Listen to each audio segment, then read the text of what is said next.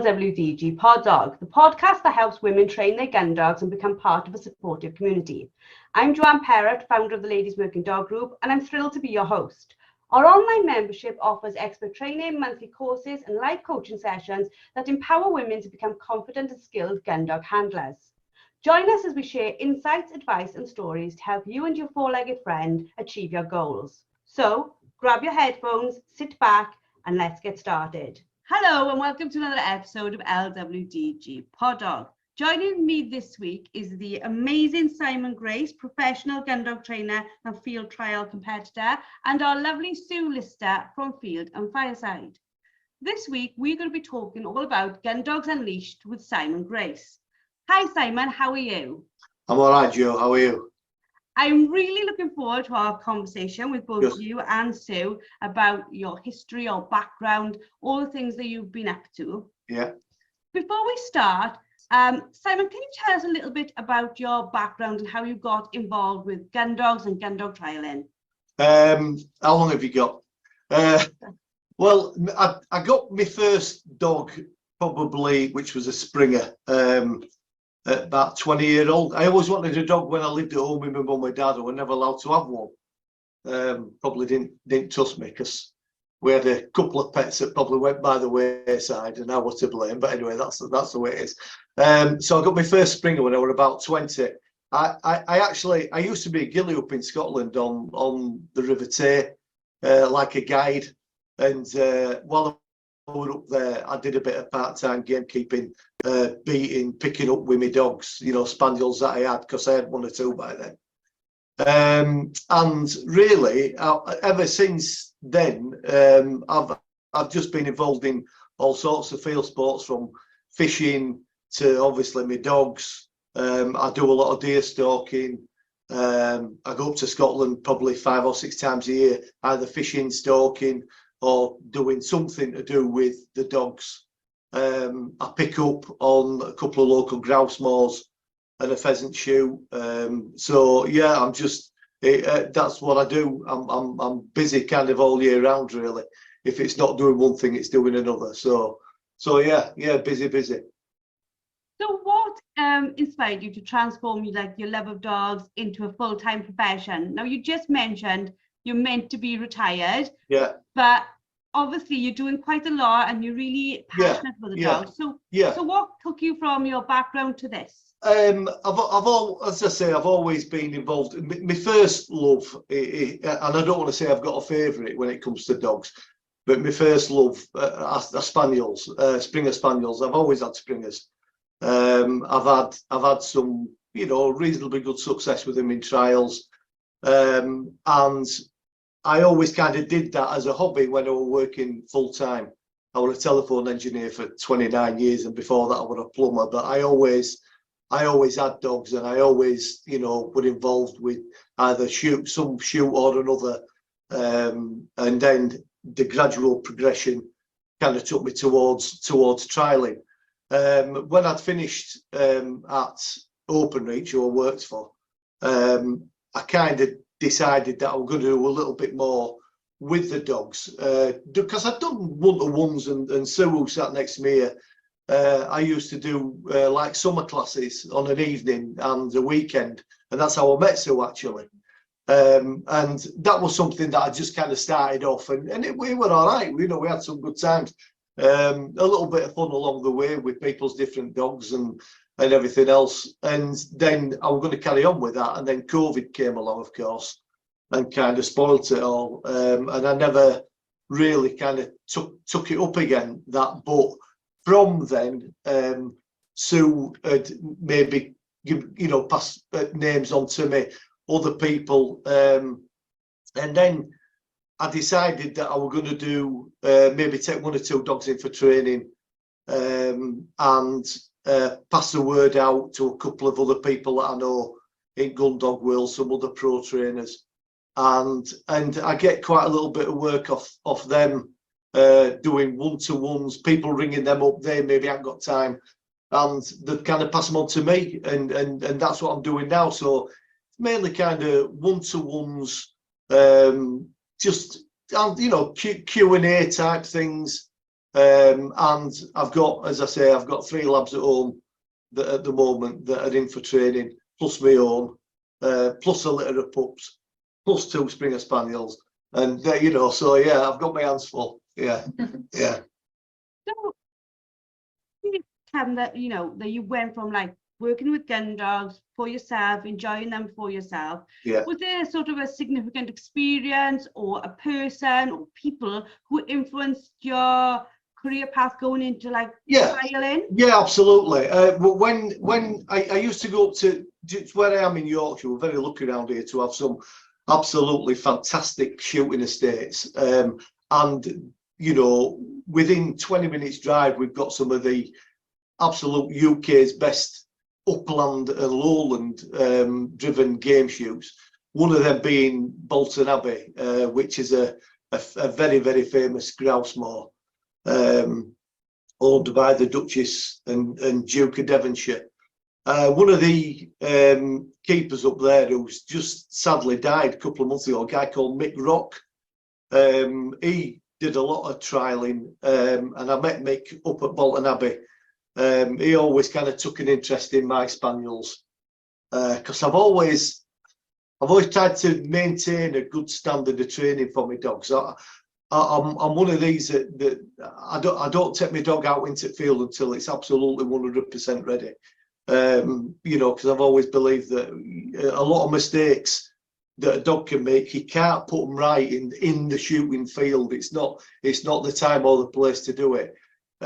So Mick kind of took me under his wing a little bit and gave me a lot of advice.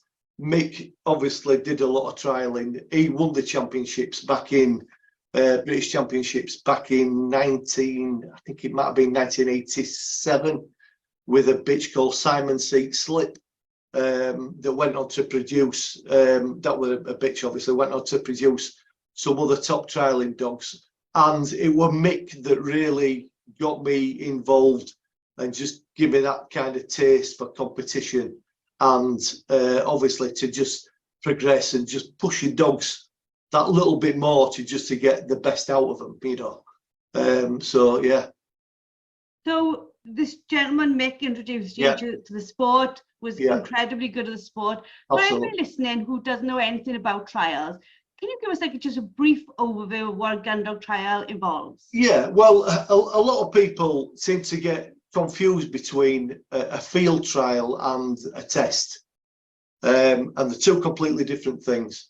A test is run using artificial game, either dummies or cold game or whatever. A trial is a proper walked up shoot. So for example, let's say it's a rabbit trial. You get a lot in Yorkshire, although rabbits aren't as prevalent as what they used to be, but they still do have a lot of rabbit trials in Yorkshire. So there'll be 2 handlers. So say me with my spaniel, somebody on my right hand side with another spaniel, or left hand side, depending on which way you start. Each handler has a judge behind him, and you've got a gun to your left and a gun to your right and a couple of guns in the middle. So you might be covering a space of around 30-40 yards. So you've got 2 handlers, 2 judges, 2 guns on inside and 2 guns on outside. And basically your dog is looking for game. The judge is looking for hunting ability, looking for steadiness to game. I mean, there's a whole a multitude of things that can go wrong in field trials. Your dog's running in, your dog's pegging game, which is obviously picking something up that's not being shot and bringing it back to hand. So it's got to be steady when it actually flushes game. It can't go and retrieve the item of game until you send it to go retrieve it, and your judge will tell you when to send your dog. So that if your dog flushes a pheasant or a rabbit and it gets shot, you're there. Your dog's obviously marked it, or hopefully marked it. Your judge will say, send your dog. You send your dog brings it back. You obviously delivers it as nicely as possible to hand. You turn, give your item of game to the judge, and then you either carry on. Once your judge has seen enough of your dog, its hunting ability, the way that it handles. There's as I say, there's a few things that your judge is looking at. Once he's seen everything and he's happy with what he's seen, then you've kind of finished, and then you move. So you'll go, and then another handler will come in behind you, and it just carries on like that. So it is. There's two different types of trials. There's your novice trial and then your open trial, and they're doing what they call an all-aged as well. But basically, it's your novice trial is the one that you try to get through and win, and then when you've won a novice, then you get through to your opens. Then your opens, if you win an open, then you qualify for championships. So it's a big thing. Although I say it's a big thing, it's when you go to these trials, you often find that you see the same people. So it's a small nucleus of people that are involved in trialing, but it's very competitive. There's a lot of let's say a lot of politics. There's a lot of big handlers that seem to do very well a lot of the time, and I've had quite a lot of luck over the years, with some good dogs, and yeah, it's one of them things that you've got to. If somebody's thinking about getting into trialing, think about it very, very carefully, because it's going to cost you an awful lot of money. It's going to cost you, and if you want your dogs to be good and be with a chance of winning, it's going to cost you an awful lot of time, a lot of mileage, going here, there, and everywhere, either shooting or trialing. It's a big thing, and it takes it's quite a selfish sport, because you tend to spend a lot of time away from home. But yeah, once you get into it, it's great. It is good. Yeah. Share with our listeners some of your most memorable Gundog trial, and why was it the most memorable? Right, most memorable. I've had a few. Well, the most memorables are the ones that I've won. But saying that, I used to have a little black and white bitch called Megan, bred from a field trial champion called Wenmouth Breck. It was a Welsh guy called Gareth Williams that bred her out of his own bitch, called Gwenna Jest, actually, sired by Wenmouth Breck. And I'm going back to old breeding here. A lot of these dogs now that I'm talking about might be on your 4th or 5th generation if you look at a 5-generation pedigree. And that little thing probably stood 10 inch to shoulder, absolute machine, tough as old boots, would go through anything from brambles, flat bracken, rushes. She was the creme de la creme of spaniels, and she, to a lot of my friends, she was the field trial champion that never was, simply because I was running in an open qualifier for the championships with a Pembrokeshire Gundog Club down at Bilthwells down in South Wales, which you probably know, Joe. I've gathered that you're Welsh with your accent, but anyway. Yeah. Not far from me. Yeah. Well, I gathered that when I met you at Game Fair, but anyway, they are down at Bilthwells, and there were a runoff. When a runoff is when the judges just can't make a decision as to who's going to come first, second, or third. So what they'll do is they'll bring the 3 dogs in, and one dog will run off against another, and they'll look at the hunting, and they're just looking for the real fine points. And I ended up having a runoff with a bitch called Phillips Girl, handled by a guy called Norman Blakeney from Northern Ireland. And the runoff was for first place, and unfortunately I kind of got picked at the post and I got second. That dog that won went on to win the championships that year, and it was a memorable trial because, when you just have to pull everything out of the bag, and she did it. That bitch, and I've had other ones, in past dogs and bitches that have been memorable, but that sometimes when you look back at the kind of successes, I've never had major success. I've never kind of obviously been placed in the champion. I've never even qualified for championships, not through lack of trying. But I've done all right in novices, and I've had plenty of awards in opens. But you sometimes look back at your dogs, and the difficult part of trialing is always trying to find a dog that were better than your last one. And that's so difficult.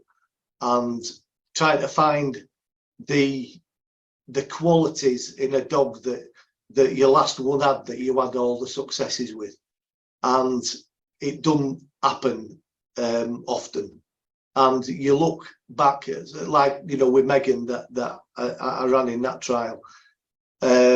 She was just a tremendous dog. I ended up retiring her off to a gamekeeper friend of mine over in Lancashire, and he was a good handler, the guy that I give him to. And even he, after all the spaniels, a proper old type spaniel man, and even he said that he was probably the best spaniel that he'd ever had. And she just did everything. Never put a foot wrong. Never put a foot wrong. You knew that if you went to a trial, you were always going to be knocking on the door. You know, we're one of them. Some dogs, you go to trials and you think, well, if she does everything right, I'm in with a chance. If she does something wrong, I'm going to be put out. But chances are she's going to be put out because she's going to do something wrong. With that bitch, that was never the case. You always knew that she was going to pull it out, pull it out of the bag for you and come up with that little bit of magic. And unfortunately, we never made it to top. But yeah, a real nice dog. I suppose, like you said, it's such a small group of people. Yeah. Running such incredible dogs. Yeah. It really is it's literally the Formula One of gun dogs. Absolutely, especially in spaniels as well. Obviously, a spaniel is a different animal to a Labrador, and obviously it depends what turns you on. It depends what turns you on when it comes to gun dogs. I mean, for me, much as I love Labradors and I love to see them going back on 400-500 yard retrieves and over fences and over walls, and you might be on a grouse moor and one at guns will say there's a grouse that's dropped back way behind line, and you send your dog back and it picks it. That's brilliant, it is. But to get a real quality, hard hunting spaniel that'll hunt in front of you, to find something for you to shoot, to me, that's just a creme de la creme. There's nothing better, nothing better than a real proper hard hunting spaniel. And you don't get that many hard hunting spaniels. You get some nice hunting spaniels, but I like something that tears through cover and does what a spaniel's supposed to do. We were just talking earlier, actually, before you joined us, Simon, about, obviously field sports are under attack from all sorts of angles at the minute, and it's a sort of scary thought, but there's a possibility that field sports will no longer exist in the future. What do you think, if that were the case, would be the result on, you've mentioned, careful breeding and bloodlines, working lines. Do you think that would mean that the gun dog and trialing world would become, say, more diluted, or because they don't have an everyday job to do, or do you think actually that would put the focus more on trialing because that's all they'd have to do? Well, if these people that want to stop, i.e. shooting or field sports, trialing just won't happen. It'll just stop. There are those people out there, I won't mention any names, but that want to see it all gone tomorrow. I run a Facebook group called, well, I say I run it, me and some other admin members run a Facebook group called Action Against Antis. And it all kind of started when grouse shooting were banned on Ilkley Moor back in 2018. A group called Ban Blood Sports on Yorkshire's Moors started doing campaigns at various places, and I started this little group of people up just to basically go and stand next to them and dispel the myth that shooting, driven game shooting, driven grouse shooting were a bad thing, and it's not.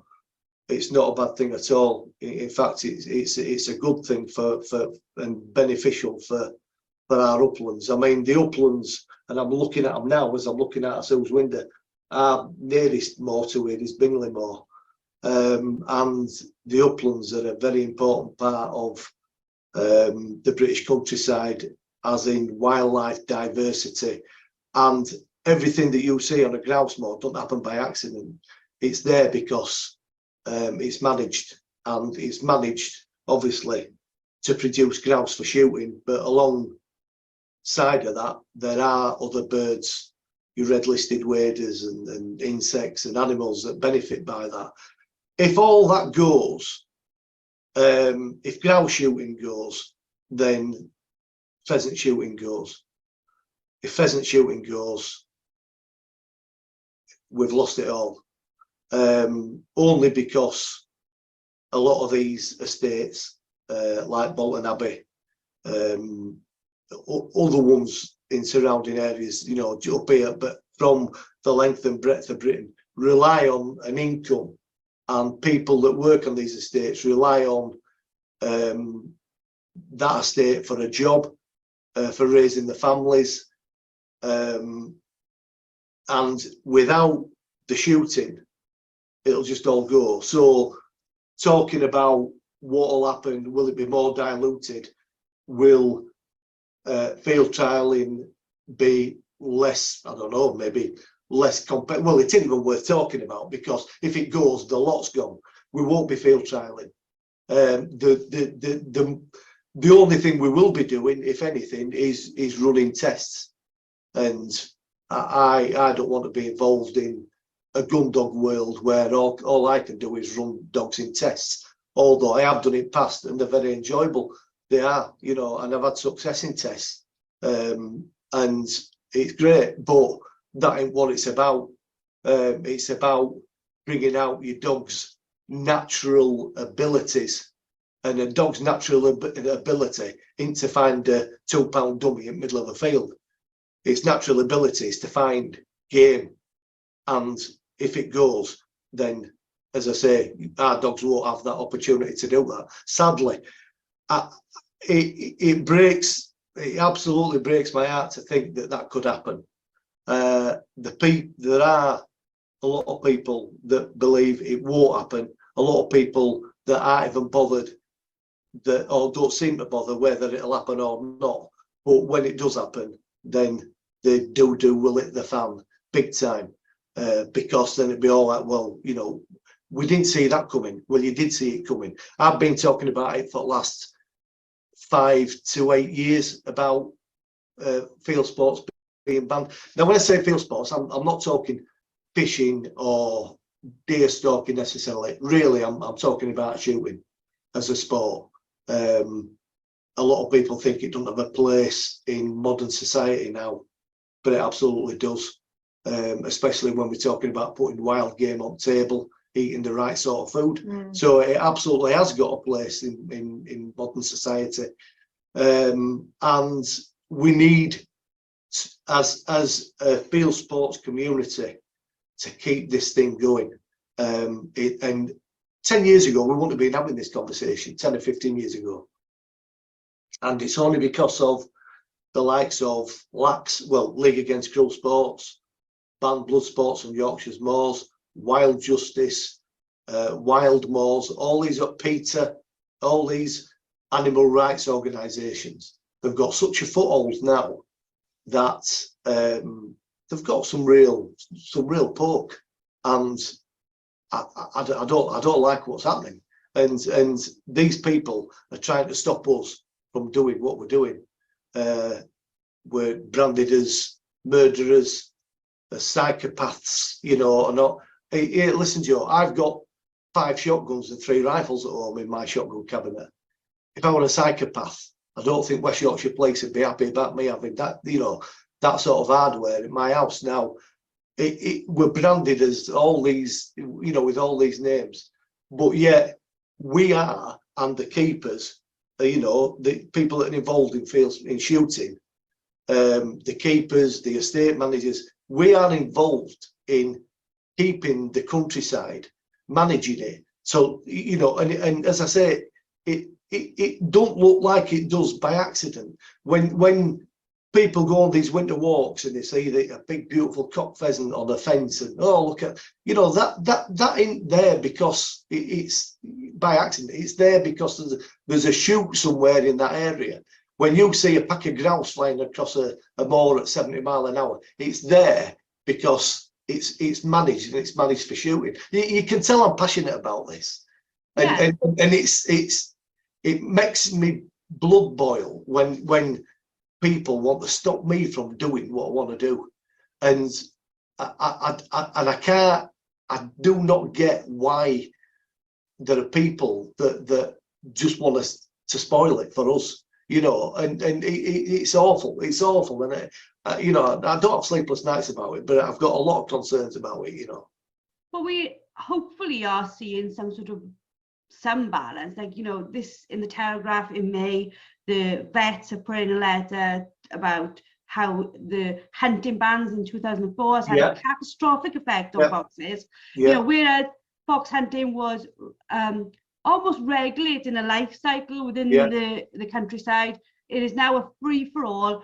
Healthy foxes are being killed. Foxes are being killed in massive numbers. We're seeing huge declines in some in some county boroughs. We are seeing near enough extinction of foxes.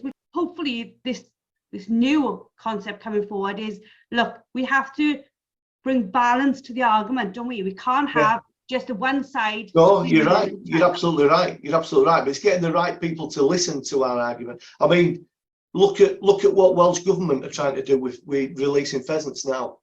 You know, I mean, there's no two ways about it. The Welsh government want pheasant shooting banned, and they're trying to find every little which way that they can to do it.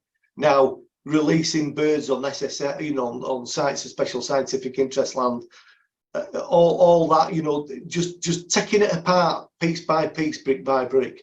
Luckily, we've got some good shooting organisations, you know, Basque and National Gamekeepers organisation working behind the scenes to try and keep things going.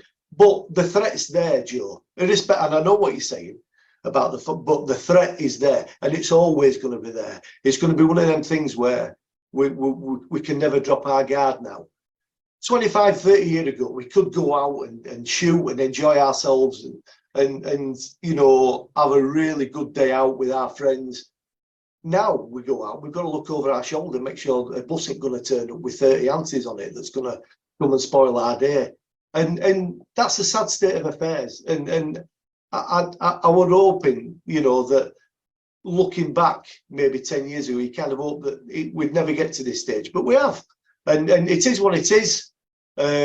We've got to knuckle down, protect, promote and defence field sports individually, as well as supporting our shooting organisations, not them supporting us. We've got to support them as well. It's a two-way thing. You know, when you become a member of Basque, you're not just joining a club, you're joining an organisation that relies on you as much as you're relying on them. And a lot of people don't realise that, but it is a two-way thing. And Sue's question, I think, you know, is absolutely right in the fact that if you've got dogs and you're not part of shooting or part of trialing, the reality is the dog in front of you is still a product of that environment, and without that environment, we lose the quality of dog in front of us. Yeah, absolutely. Yeah. You're right. I mean, let's go back to any kind of breed of gun dog. Let's talk about Labradors, for example. When a dog's made up to a field trial champion, it's made up to a field trial champion for a reason. It's because it's got all the natural abilities that a true gun dog should have. Now, obviously, you know, when you look at Labradors, there's dogs that are bred for show, some dogs that are bred for working and show, but I'm talking about true working dogs here. So you've got a dog there that's proven itself in the field, that it can retrieve game undamaged, it can find game without chasing it, but basically it's got a nose, it's got a brain, and it's got a mouth that'll retrieve game back undamaged. Now, if that stops, then there's nobody there to decide what dogs are good and what dogs are bad. So then you're going to get a bit of an awkward situation then, aren't you? Because you're going to get Bob's dog, mixed bitch, litter of pups. Nobody knows what it's like. Are you going to still have its hips and elbows tested? Are you still going to have its eyes tested? Are you going to have, people at the moment, as I say, we're trialing, when you've got a dog and you're using a stud dog, it's got all the health certificates, it's been fully health tested. That's because people want to maintain a standard. If you can't maintain that standard, then you might as well just forget it. And that standard is maintained through field trials, and well, I'm talking about working dogs here, not show dogs. That standard is maintained purely and simply through field trials. So if you're going to choose a dog for your bitch to have a litter of pups, if it's got FTCH at front of it, field trial champion, field trial winner, that dog has achieved a certain standard in the field. So you can safely use that dog knowing that them qualities that dog has is going to be, transferred hopefully somewhere along the line genetically between that dog and your bitch, and come out with a pup that's going to be obviously something nice that you can use as a shooting dog. That's what it's all about. So if field trials go, as I say, the whole thing kind of goes. So talking about qualities, what qualities do you believe make a great gun dog, and how do you foster them in the dogs you train? For me, I mean, again, Spaniels, Labradors, although the different types of dog for a different type of job, they still all have to have the same qualities. For me, docility, something that you've always got, a dog that wants to learn. I've got this black Labrador at home now that's just had a litter of pups. I can look in that dog's eyes and I can see real trust in that dog. And that dog, I get quite emotional about all this sort of stuff. That dog absolutely trusts me 100%. I trust that dog 100%, and we've got a real bond. And to have any form of success, not necessarily in competition, but just to train a dog. If you want to successfully train a dog, you've got to have that trust and that bond in a dog. And I kind of spoke to you briefly about the other day on that interview that we did for the Gundog Journal, that if you've got a dog that don't do it for you for whatever reason, and you try to persevere, you'll never get 100% from that dog, only because you're not going to give it 100%. I've had Spaniels, let's go back to Spaniels. So let's say you've got, as I have in the past, I've got 12 Spaniels in my kennels at home. Some dogs I absolutely cannot wait to get out of that kennel, to get them out and do some training with them, because they just fill you out with joy. When you get them out, they're great to be around, they're easy, you love training them, they go from A to B, from B to C, brilliant. I've had other dogs where I thought, God, this thing is sending me an out twist. Now, some dogs that are like that, you gain success. It makes it a little bit more special because you've overcome those barriers. But some dogs, you just don't hit it off at all. And if you don't hit it off, what's point in trying to continue? You just better moving on and getting another dog, and hopefully trying next time to have better success. But I always look for a dog that wants to be around me, not one that as soon as I open boot a car, it just runs off and you don't see it again for half an hour.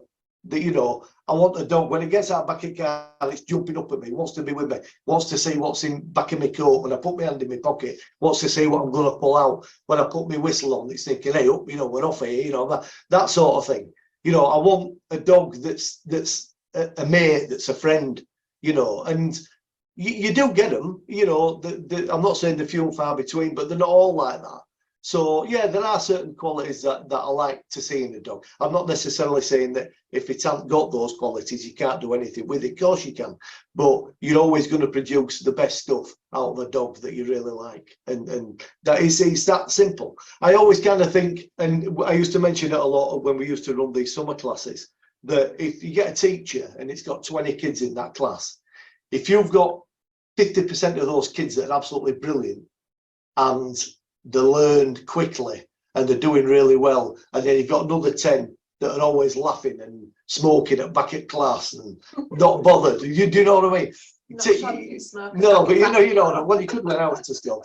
That teacher is always going to think, well, I'm going to really kind of put my efforts into. It's a natural thing. Put your efforts into the ones that are going to do the best.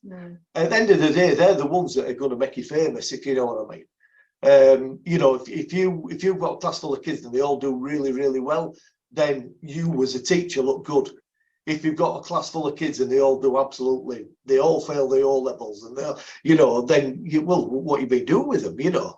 And I think it's exactly the same with dogs, that you get your best qualities out of the ones that you like, and yeah, it's not easy, but you know, through experience and having a few dogs through your hands, you kind of learn which ones you like and which ones you don't like so much. I like them all, but some I like more than others. So, you know, yeah. I think it's for any relationships though, isn't it? Like, you can have 100 friends, but you'll have those 10 friends who you just love spending time with. Yeah. They become your best friends. Yeah, the thing is, Joe, right, and I don't know if you've seen it yourself, but I see it quite regularly. You're driving around in your car and you see somebody walking a dog and he's got his ear pods in, and you think, hang on a minute, you know, what sort of relationship does that? If I took you out on a date and I turned up and I had my ear pods in all night, what would you think? You'd be thinking, this fella don't want to talk to me.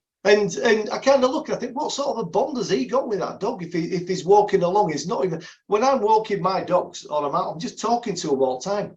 I'm saying, come on, you know, blah, blah, blah, you know, good lad, good boy, good boy. Even when I'm sending him out on retrieves, 200-yard retrieves, I'm shouting, good lad, encouraging it to get back all the time. And as soon as it's picked that dummy up, good boy, fetching, telling it to come back and getting it in close, getting on your knees, getting on floor with it, and having a bit of a rough and tumble, and just having that brilliant kind of friendship, you know. And yeah, it's, you know, it's still quality, not quantity, isn't it? There's no point going for an hour's walk. No. If the dog's self-employed and has no interest and exactly. not engaging with it. If you're training your dogs, you better taking them out for 2 20-minute stints in a day rather than doing it 4 hours on a weekend. If you've got a dog and you've got a job that's absolutely full time, you're going to meetings, you've got this, you're working from home, you blah blah blah, and you take your dog out training on a Saturday morning, then yeah, you're going to get something out of it. You know, you're going to get pleasure out of it. But that dog's never going to benefit by long one-off training sessions. They've got to be short, they've got to be sweet, and they've got to be successful. And but yeah, you're right. So in what you say there, yeah, you know, short stints is always better than long ones. But yeah. Yeah, this sometimes comes up in some of our forums on the Ladies Working Dog Group, where, you know, we're sort of asked how residential training works. Is it cheating, for want of a better word? Will you have the same bond with the dog that you would have if you did it yourself? So do you want to sort of give us a bit of an insight into how residential training normally works, and importantly, what happens afterwards? Because it's not just a take your dog and then it's trained and that's it then, is it? No. Firstly, you when you get a dog in for training, you're not only building a relationship with your dog, you're also building a relationship with the owner of that dog. I've had dogs in for training that the guys or the girls that have taken the dogs back from me, they often ring me, they'll come back and we'll have a couple of hours just keeping on top of things. They might come back for a couple of weeks at a time just before the shooting season starts for a bit of refresher training, if you like. Is it cheating? No, it's not. It's not cheating. what is cheating is if you haven't got time to train your dog and you're expecting to get results. If you're getting a dog and you think that you're going to bring the absolute best out of that dog, if you haven't got time to train it and you're still expecting to get the best out of it, then you're cheating the dog. You're not cheating yourself. You know, you've got a dog and you want to get the best out of it, come hell or high water. So if you don't have, I don't want to say if you don't have the abilities. Everybody's got an ability to train a dog to a certain standard, but you might not have the ability just to do it as you want it to be done. You might not have the time to do it, which is generally the case. It's down to time. If I get a dog in for training, generally I take him at about 7, 8, 9 months old. I like to think when I'm getting a dog that the owner's done some form of training with it. I don't like getting a blank canvas, so to speak. When these pups that I've got now, they're just on the feet. By 5 weeks old, they will be retrieving a tennis ball without a shadow of a doubt, because every morning I'll get one of them out, throw a little ball for it, throw a rolled up sock for it, just get it coming back, get that built in to its DNA, if you like. Labrador retriever, in inverted commas, don't always mean that they're going to be brilliant retrievers. You get some natural retrievers, spaniels that hunt, you get some natural hunters, some you don't. But I like to think that the owner has done something with it, a little bit of recall, a little bit of walking on lead, a little bit of retrieving. If you do get a blank canvas and you're starting from scratch with an 8-month-old dog, we're talking about a dog that's probably picked up quite a few bad habits along the way.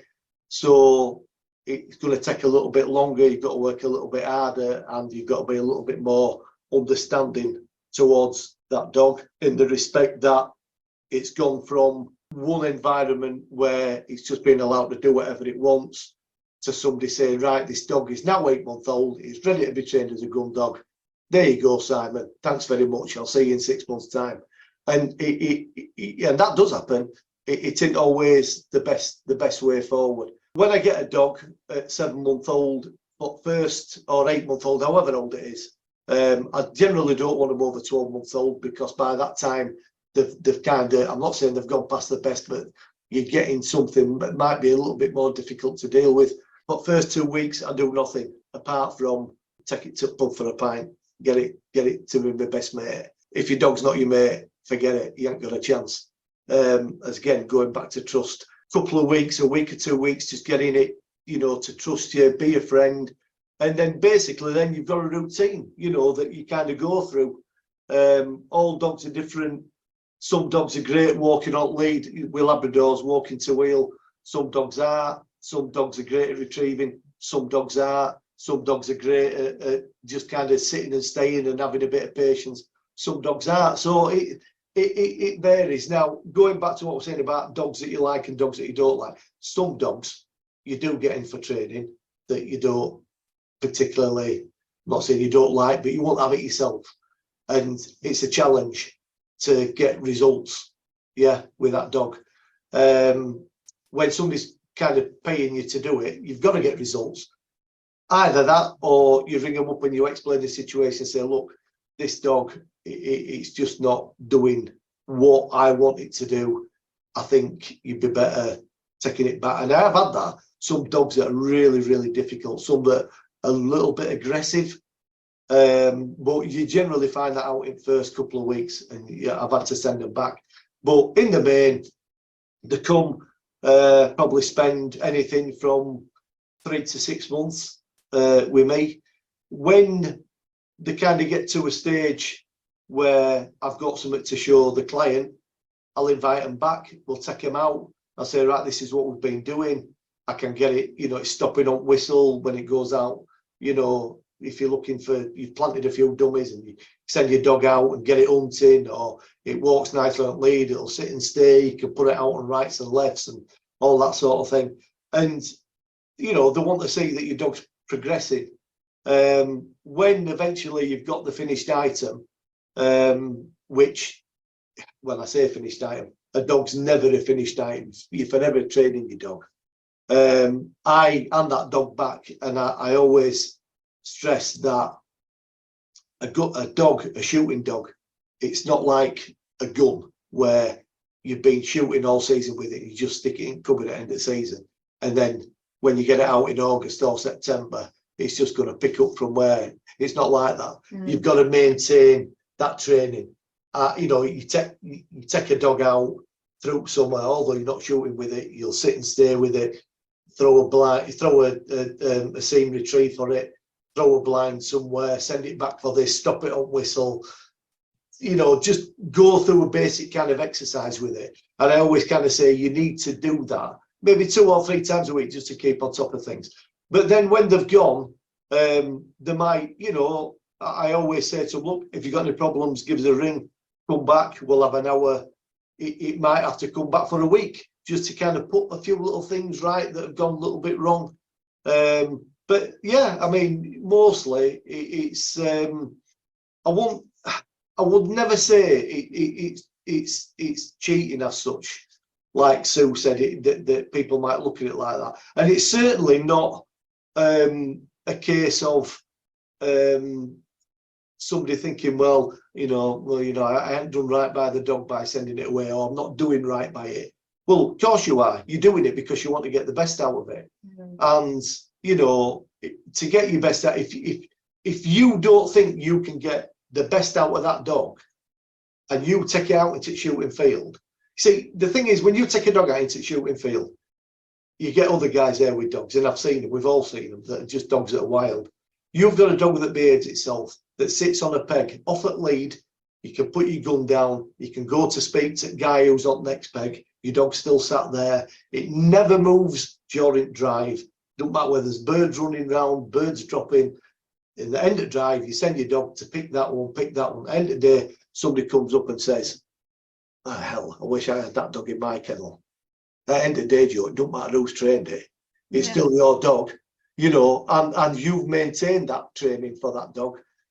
If you haven't got the time, you don't think you've got the ability. The other thing, of course, is if you don't think you've got the ability, go for one-to-ones. Just go for one-to-one lessons and say, right, this is what I want you to do for the next 2 weeks. When you've done that, then we'll go to the next step. When you've done that, then we'll go to the next step. And that handler is also learning by training that dog themselves. But a lot of it's down to time. If you work full time, there's all sorts of reasons why you might send your dog away for training. It always baffles me, because I come from a horsey background, very much. Did a lot of competing and stuff when we were younger. Me and Dad both hunted, and my brother. And you never think anything of buying a 5-year-old, an 8-year-old horse that's done it all. Nobody says, oh, I'm cheating because I'm on this horse now that somebody else trained. And when I came into dogs, when my dad was trialing, he would buy a part-trained gun dog. It wasn't a bad thing. And I see all that side of it. So when we started the LWDG, and there was this sort of like, oh, you've got to have them from a pup, when the two of you are absolutely clueless, have no idea what's going on, and train them yourself. I'm thinking, why would you do it that way? Why would you not have one of you having a clue what this is meant to look like? Well, I sold a spaniel only last week to a guy, one that I bred myself. Absolutely lovely dog, no problem with it at all. Just didn't do it for me, sadly. And it was, well, I say sadly, unfortunately, it was a bitch, or a pup that I bred out of my own field trial winning bitch, one that I'd won a novice with and had various awards in opens, and you always kind of hope that it's going to follow on. And this is what I'm saying about going back to a dog that you think's always going to do better than the last one. And you kind of think, well, it's not going to make the grading trials, but it's going to make a lovely shooting dog. Now, that guy who's taking that dog, I know for a fact he's only had it a fortnight and it's just dropped in straight away. He's taking it out, he's hunting, he's been out rabbit shooting with it twice already. And because when you're training a dog, you kind of ingraining something in that dog's brain, if you know what I mean. You're not just, you're not giving it a book to read. It's something that you're trying to it's part of its, you're trying to get it to be part of its DNA, if you understand what I mean. So you do something on a regular basis and you do it often enough, and it's repetition, getting your dog to do this, getting your dog to do that. And if you've got a dog, I've had spaniels where I've been in a beating line and there's been some young kid on end that would love a dog, never had one, and I said, here, take this dog beating, and it's gone with him. My dogs will go with anybody and do anything for anybody. My wife's not into dogs in a big way, but she can get them to sit in garden, get them to walk nice long lead. She'll take them out for a walk. They'll walk lovely. They'll sit whenever she stops. They'll sit. You know, and it's just part of their. It's just become part of their. It's habitual.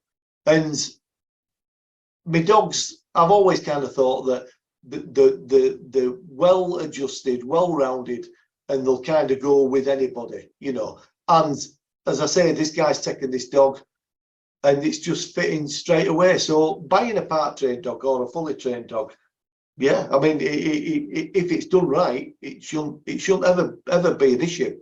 Shouldn't ever be an issue. I don't think if my dad hadn't given me Grace, his field trialing dog, the first time I ever went out, my first experience of Gundogs was What breed was that, Joe? What breed? She was a spaniel. Oh, spaniel, and right, she was called Bringaro Gracie. She'd done loads with Dad. He went, take her, and I went beating all day, and I must have looked like I knew exactly what I was doing, because the bitch did the job in front of me. Yeah, exactly. And I had my passion and my love for it came from watching her hunt. I was mesmerised. Yeah. Now, had she been a pup I'd had to train myself and I was fighting with, which now I've got younger dogs and I do, you know, there's massive gaps in my learning compared to their learning. And I look at it, I think if I'd had that experience, I wouldn't have loved it like I loved it from the fact that I watched a dog do it perfectly. And in my brain, we talk about like what's ingrained. What she gave me, I know what it's meant to look like. So I know when my dog's not doing it right. I know what it should look like. So it gave me something to attain. And I think for a lot of people, I would never say to somebody, you know, oh, you should get rid of your dog because of this. But when you're brand new with a brand new pup, brand new trainer, you've got to start somewhere by seeing what it's meant to look like. Well, my last spaniel bitch that I had, my trialing bitch that I had, she went out of by a dog called Buccleuch Pepper. That's quite a famous stud dog. A guy that ran it, Dave Lissett, owned by Duke of Buccleuch. And I know Dave, and I had this bitch, and I said to him, look, you know, I want to. Oh, sorry, no, I went after a pup that was sired by Buccleuch Pepper. I'd used him before, Jet, as his pet name was. I'd used him before, and I spoke to Dave. I said, look, Dave, I want a pup out of a quality bitch by Pepper if anybody comes along. So he rang me a few months later and said, listen, I've had this lad come round with this, but I'm not going to mention any names. So I've had this lad come round with this bitch. He said he's used Jet. And I think it could be worth a pump, you know, it could be worth a pump.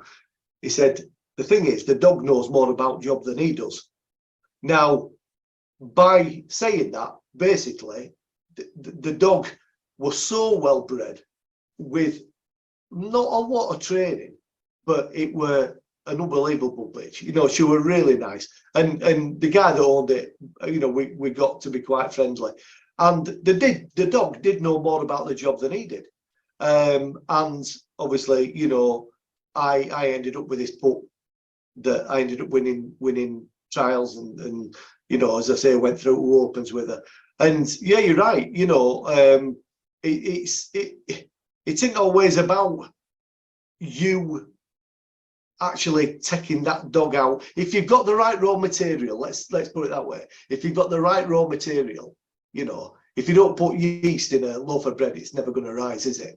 So you've got to have all the right ingredients. You've got to have the right raw material. And generally, you'll get a right sort of animal out of it, you know. I've got a dog. My dog, Rex, is by Buccleuch Pepper and trained by my uncle. And my bitch, her grandfather is Buccleuch Pepper, trained by me. And I look at him and I think, that is what she can do. And she knows she can do it. But it's a gap in my learning. She knows the job. Have you ever had a dog where you've looked at it and you've been shooting over it or whatever, like I do, and I think, I can't believe I've trained that dog. you know, and it's like it's just been better than you ever thought it would be. Now I've not had a lot of them, you know, but I've had a few of them, and you know, you're right. It's a funny job, isn't it? You know, It drives us all mad. It does. It absolutely does. That's what you should call this podcast. It's a funny job. Yeah, it is. It is. Yeah. One thing about it, it's never straightforward. It's never straightforward. It's never boring. But well, certainly never boring. No, it's Do you have any advice for aspiring gun dog trainers or owners who Yeah. want to get into like shooting and trialing? right. Advice. Right. Well, I mean, we've all got to start somewhere. If before you get into trialing, you've got to get into shooting. Now, you can't. Well, you can't, in actual fact, trial a dog if you don't shoot yourself. I know people that do, but you can't ever have a real quality trialing dog if you don't shoot, or you don't get somebody to shoot something for it. It's got to be, it ain't like you turn up at a test and you've got somebody throwing dummies about. So firstly, you've got to get involved in the shooting side of it. Ideally, start off beating, doing a little bit of picking up if you can. Even better, befriending a keeper that'll let you do a little bit of dogging in on pheasants and stuff, pushing pheasants back into pens. Any kind of involvement in game that you can get your dog, you know, into, the better. So, you know, rabbits, pheasants in a pheasant pen or a rabbit pen. It's just, it's not easy to get into. It's just kind of getting to know the right sort of people. Also, as well, if you join in clubs, a lot of these clubs have training days where they do like walked up shoots or summer tests.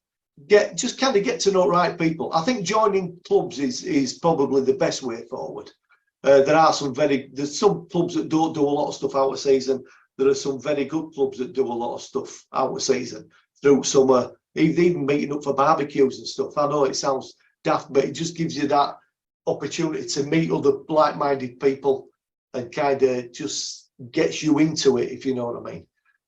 But yeah, get involved in the shooting side of it, get involved in the beating side of it, and you just kind of get it build it up from there. You'll never have a successful dog in trials if it's not regularly coming into contact with live game. It's one of them things, you know, that's where the kind of quality dogs shine through in trials. Ones that have had a lot of, you can always tell good spaniels when they've had a lot of rabbit shot for them. The ones that kind of haven't had a lot of rabbit shot for them are the ones that just kind of don't shine, if you like. You can always tell when they've had a lot of game in the mouth. But yeah, you know, just get into the shooting side of it more than anything, and join some clubs. You can get a list of field trialing clubs from Kennel Club. I think you can download them off their website. So every club in the country's on there. How can our listeners contact you if they're interested? Well, either through Sue or through you, Joe. I'm on Facebook, Simon Grace. If they want to just drop me a line, and I'm always up for a chat. I'm always up for a chat with anybody who wants to ring me, just for not even a bit of advice, just to talk about dogs. You know, I'm happy. You'll be inundated now with women calling you to ask you questions. Yeah. I don't know what my wife will say about that, but anyway. No. Thank you so No, I'm much. always up for a natter. Thank you so much for doing this podcast. Your advice is invaluable, and I'm sure the listeners will love it. Please let us know what you think about it. If you're loving the podcast, please subscribe and give us a review. And thank you, Sue, for co-hosting this with me. Massively appreciated. And we shall speak to you all very soon. Thank you for listening to LWDG Pod Dog with Joanne Parrott, founder of the Ladies Working Dog Group. If you're interested in joining our supportive community and taking advantage of our group experts training and resources, please visit our website at www.thelwdg.com. Don't forget to subscribe to the podcast and leave us a review, and we look forward to helping you and your four-legged friend thrive. Until next time, keep training, keep learning, and keep working with your beloved gun dog.